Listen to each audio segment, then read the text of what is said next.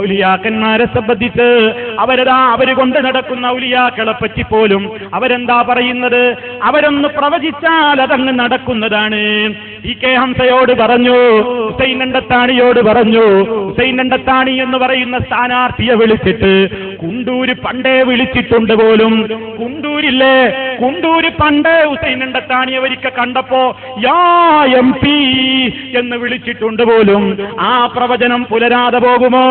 അതുകൊണ്ട് രണ്ടത്താണിക്ക് 78,000 ഭൂരിപക്ഷം ഉറപ്പാണ്. സാധുവും വിശ്വസിച്ചു, മുസ്ലിയാർ കുട്ടികളും വിശ്വസിച്ചു.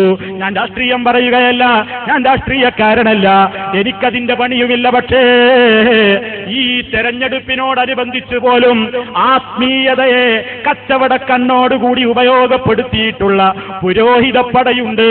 അവർക്ക് ഇസ്ലാമിന്റെ ലേബലിൽ വേണമായിരുന്നോ ഈ ഇസ്ലാം വിരുദ്ധ പ്രവർത്തനങ്ങൾ പറയാൻ?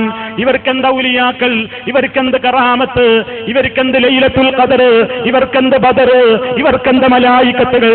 ബദറില്ലതാ ഖുറൈശി പടയെ തുരത്താൻ വേണ്ടി മലായിക്കത്തുകൾ ഇറങ്ങിയതുപോലെ അതാ പൊന്നാനിയിലും മഞ്ചേരിയിലുമൊക്കെ മലപ്പുറത്തുമൊക്കെ മലായിക്കത്തുകൾ ഇറങ്ങിയിട്ട് ഇടതുപക്ഷത്തിന് വോട്ട് ചെയ്തിരിക്കുന്നു എന്ന് പറയാൻ മാത്രം ഈമാനികമായി അധപ്പതിച്ചല്ലോ ഈ വർഗം എന്ന് നമ്മളൊന്ന് ചിന്തിച്ചു നോക്കണം.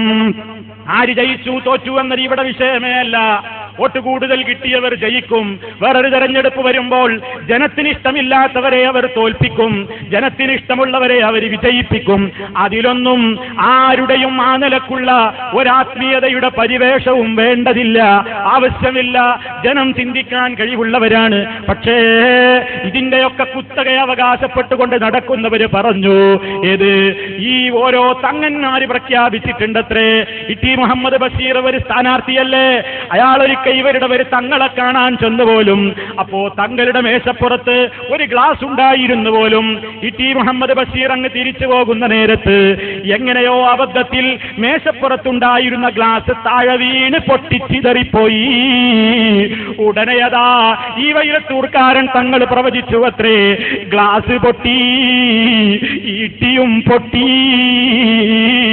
പക്ഷേ പൊട്ടിയതാരാണ്? ഈ പൊട്ടനാണ് അല്ലേ? ചിന്തിച്ചു നോക്കൂ, നിങ്ങളൊന്ന് ആലോചിച്ചു നോക്കൂ, എവിടെയാണ് ഇവർ ഈ സമുദായത്തെ കൊണ്ടുപോയി വെക്കുന്നത്?